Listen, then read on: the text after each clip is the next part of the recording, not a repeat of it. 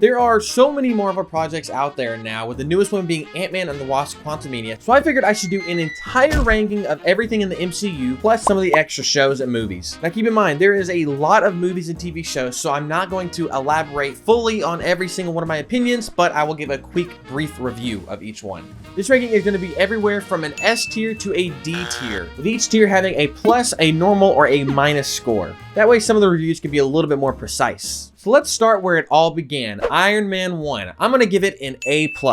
Look, I'm a sucker for origin stories, and Iron Man 1 is what basically started the MCU. So how could it not be at least an A+? Next up, we have The Incredible Hulk. Might get some flack for this. I think this is a B- movie. Now, while The Incredible Hulk is obviously not a perfect movie, I think it has some really good action sequences. It really displays the savageness of the Hulk. Next up, we have Iron Man 2 coming in at a D-.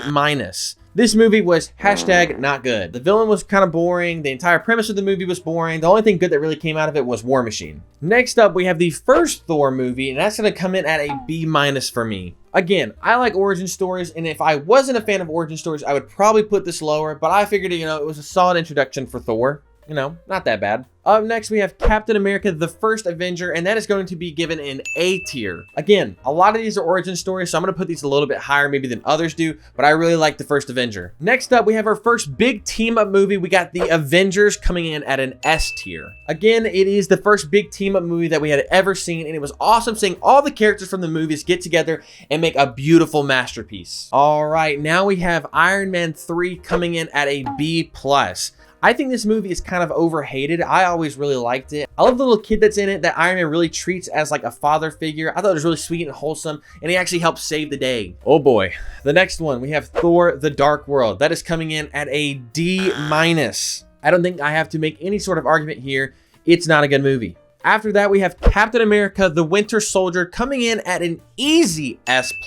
This movie is filled with action-packed drama, some amazing fights, and really raised stakes. They just don't make movies like this anymore. Next up, we have the Guardians of the Galaxy, which was a fresh new look for the MCU, and I'm going to put it at an S tier. The soundtrack, the characters, everything in this movie was just perfect. It was great. Such an enjoyable time. All right, now we're at our second big team-up movie. We have Avengers: Age of Ultron. I'm going to put that at an A. I feel like this movie really gets overhated, and with the release of Ant-Man and the Wasp: Quantumania, a lot of people have been talking about, there's no race stakes in Marvel anymore. I would say Avengers: Age of Ultron is one of the best movies with race stakes. It changes the rest of the MCU. This movie is the whole reason we have Captain America: Civil War. Speaking of Ant-Man and the Wasp: Quantumania, we have the first Ant-Man coming in at an A-. I have a really special place in my heart for the first Ant-Man movie. I loved it. I thought it was super funny, had really great characters, just a great enjoyable experience. That's why it's at an A-.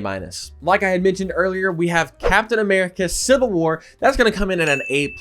This movie introduced two huge characters in the MCU, Spider-Man and Black Panther, and I didn't think there could be any greater introduction for these characters. Sure, the Civil War is a lot bigger deal in the comics, but I really like this movie for what it was. Our next origin story, we have Doctor Strange coming in at an A-. Doctor Strange is one of the most powerful characters in the MCU, and I feel like this is a pretty good introduction for him. I think it could have been a little better, but it wasn't too bad. After Doctor Strange, we have the second installment of Guardians of the Galaxy, and that is coming in at another S tier. I would say back to back, Guardians of the Galaxy had two of the strongest first installments. This movie is great. Great action, great characters, great villain, mind you. Just a great time. Also a great soundtrack. Now, one of the most loved characters in the MCU, the first installment of Spider-Man Homecoming, I'm going to put this at an A-. I would say this movie was probably about as high school as we could get with Peter Parker. He loved science, he was a nerd, but still, he was that charismatic, funny guy that was a superhero. And I really do think that Tom Holland is one of the greatest representations of Spider-Man that we have ever gotten. Ooh, this one's a good one. Next up, we have Thor Ragnarok coming in at an S tier. After his first two movies got received pretty poorly from the audience, the third one needed to be good, and man, Taika Waititi delivered. This one is one of the best movies in the MCU. Great comedy, great action, great villain, just a great time overall. Again, Up next, we have the first installment of Black Panther. I'm going to give it an A-. I had a really bad theater experience with this movie. There was like kids kicking my seat the whole time, but I do really like this movie. I think it was a great installment for Black Panther, and I really wish we could have seen Chadwick Boseman for the second one. Chadwick Boseman perfectly displayed the character of Black Panther, in my opinion, and I think Michael B. Jordan as Killmonger was phenomenal. One of the greatest villains we've ever seen. I think there were some things they could improve, like there was some stuff left out, but great first installment for Black Panther. Ooh, boy, we got a big one right here. Next up, we have Avengers Infinity War. That's coming in at S+, which is our second S+ for this video. This movie is, I don't even know how to explain it. The theater experience of watching this is just unlike anything I've ever been a part of. The ending, the characters, the team-ups, the fights, oh my gosh, it was just all together and a phenomenal experience. Next up, we have Ant-Man and the Wasp, and I'm gonna put this at a C+. I feel like going from the first Ant-Man to Ant-Man and the Wasp, it was a little bit of a letdown. There were some parts of the movie that were really cool. You know, we still had the comedy and the great characters, but I think the villain was a little bit of a letdown. Next up, we have Captain Marvel. This is gonna come in at a B-. I 100% believe this movie is absolutely overhated by the audience just because, you know, it was a female she was very strong about her role, and people just didn't like this movie because of Brie Larson. It's a good movie. Get over that you don't like women. Like this movie. All right, our next big, huge movie, Avengers Endgame. This is also going to be an S+. It's going to be behind Infinity War, though. I think Avengers Endgame is such a great film. While it's not better than Infinity War, I think it's a great conclusion to some of the characters we had seen and loved and grown up with. Sure, there are a couple plot holes in this movie, but I think overall, the experience and the emotions of this is what makes it an S+. I mean, this is what the entire MCU was built up to. After Avengers Endgame, we have Spider-Man Far From Home. That's going to get a B. Now look, being the movie that follows after Avengers Endgame, it's kind of a hard act to follow, but I feel like they did it pretty good with Spider-Man, you know, losing Tony Stark and that really affecting him. I also love Jake Gyllenhaal, and so I think this movie is a B. All right. We are at our first television show. It is a part of the MCU. Some of the TV shows are not part of the MCU, but this one is WandaVision. I gave WandaVision a B-. WandaVision started off kind of weird, and I think it was kind of a risky start being its first TV show, but it ended pretty good. The only thing I wasn't a big fan of was the villain and some of the things they teased, like Quicksilver and all that stuff. I don't know why we didn't get to see that come to fruition, but you know, it wasn't a bad TV show. Our second TV show, we have Falcon and the Winter Soldier. I absolutely hate the villain for this TV show. I hate them so much. It is the most pointless villain ever. I mean, at the end of the TV show, Captain America / Falcon tells the TV reporters to not call them terrorists. But I'm pretty sure a couple episodes before, they blew up a building with innocent people in it. How is that not a terrorist? The third TV show in the MCU, we have Loki. This is going to be an A tier. This is a great TV show, and it was such a great way to bring back Loki into the MCU. I never would have thought this would be the most important TV show in the MCU, but it really is. It introduced the next big bad villain of Kang the Conqueror, Jonathan Majors, who is fantastic, by the way. Next up, we have Black Widow coming in at a C-. I feel like this movie wasn't entirely necessary. We did get some really cool characters out of it that are going to be in the Thunderbolts. You know, the CGI wasn't that great. The idea and premise of the plot was just not good. I mean, the villain's main weapon is perfume, so that's kind of boring, but whatever. Following Black Widow, we have Shang-Chi and the Legend of the Ten Rings. That's coming in at an S-. I adore this movie. The fighting, the visuals, everything just looks fantastic. Shang-Chi as a character is so cool. The rings are such a dope weapon. Who does not like this movie? Next up, we have the Eternals. This might be a little controversial. I'm gonna give this one a B. This is revered as one of the worst movies in the MCU. I actually really liked it. I remember leaving the theater thinking, what was not to like about this? Obviously, there are some reasons why it's not the best movie, but I really didn't think it was worth the lowest ranking movie on Rotten Tomatoes. Next up, we have another TV show, and it's going to be Hawkeye coming in at a C. This TV show was definitely a letdown. I was not a big fan of it. I really like the introduction of Kate Bishop, and I really hope we get to see more of her. I mean, other than that, the only other cool thing was seeing Yelena back in. Kind of a letdown, not gonna lie. Next up, we have Spider-Man No Way Home. This was probably one of the most anticipated movies recently, especially. I'm gonna put this at an S-. Kind of like Avengers Endgame and Infinity War, the audience reaction to this was amazing. I loved being in the theater with everyone gasping. And then when Daredevil popped up, oh my gosh. All All right, we're gonna get to Daredevil a little bit though. I do think after this movie got released, it got a little bit more hate because they realized there's so many plot holes in the movie and stuff that doesn't work. I think an S- because kind of like Avengers Endgame, the experience and the emotion that this brought was really good. All right, another TV show. We've got Moon Knight. I'm gonna put that at a B+. This show started off amazing. It started off super good. I really liked it, and then it kind of slowed down a little bit. That's kind of why it has its B+ rating. It's still a really good show, but I think it could have been the best if they would have introduced maybe more action or shown some more characters. These are going to be more recent movies and TV shows. Doctor Strange Multiverse of Madness, I'm going to put in at a C-. I really did not like this at all. The entire premise of the movie made zero sense because it's basically just rehashing the entire plot of WandaVision. Some of the fight scenes were cool, you know, but it was just really a forgettable movie that I just wasn't a big fan of. John Krasinski playing as Mr. Fantastic, though, was a really cool surprise. After that, we have Thor: Love and Thunder. This is going to be a D-tier movie. Again, I really hated this. I don't think I need to say anything else other than Heimdall's son floating head. That's all I gotta say. Next up, we have She-Hulk, another MCU TV show. I'm gonna put that in at a C-. This show was a fourth wall breaking comedy show that was only 30 minutes each episode. It was pretty good. There were some funny moments, but man, the entire premise of the show was awful. It was not good. Some of the jokes were really funny. Some of the parts were really great. I mean, I remember one part where the Hulk just says, bruh.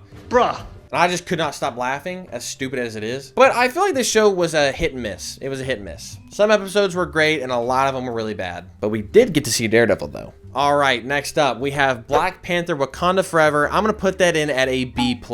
Me personally, I like the first Black Panther more. I thought this was a beautiful and amazing tribute to Chadwick Boseman. But other than that, you know, I just didn't like a lot about this movie. Namor was a great villain though. His little, you know, winged feet was kind of weird, but you know, it's part of the comics, you know, we're gonna see it. But it was a pretty good movie. And lastly, the most recent project that has come out, Ant-Man and the Wasp: Quantumania, I'm gonna give it a C. I've done a whole video about this movie. You can go check it out and watch it if you want. Yeah, this movie was really too much, way too much going on, too many characters, too much plot. Just go watch my movie if you want to see the whole reason why. So that is everything that's been in the MCU that has been canon to the main storyline. Now we're gonna get into some of the projects made by Sony or some of the TV shows that got discontinued. All right, let me go ahead and get this out of the way. Daredevil, S+.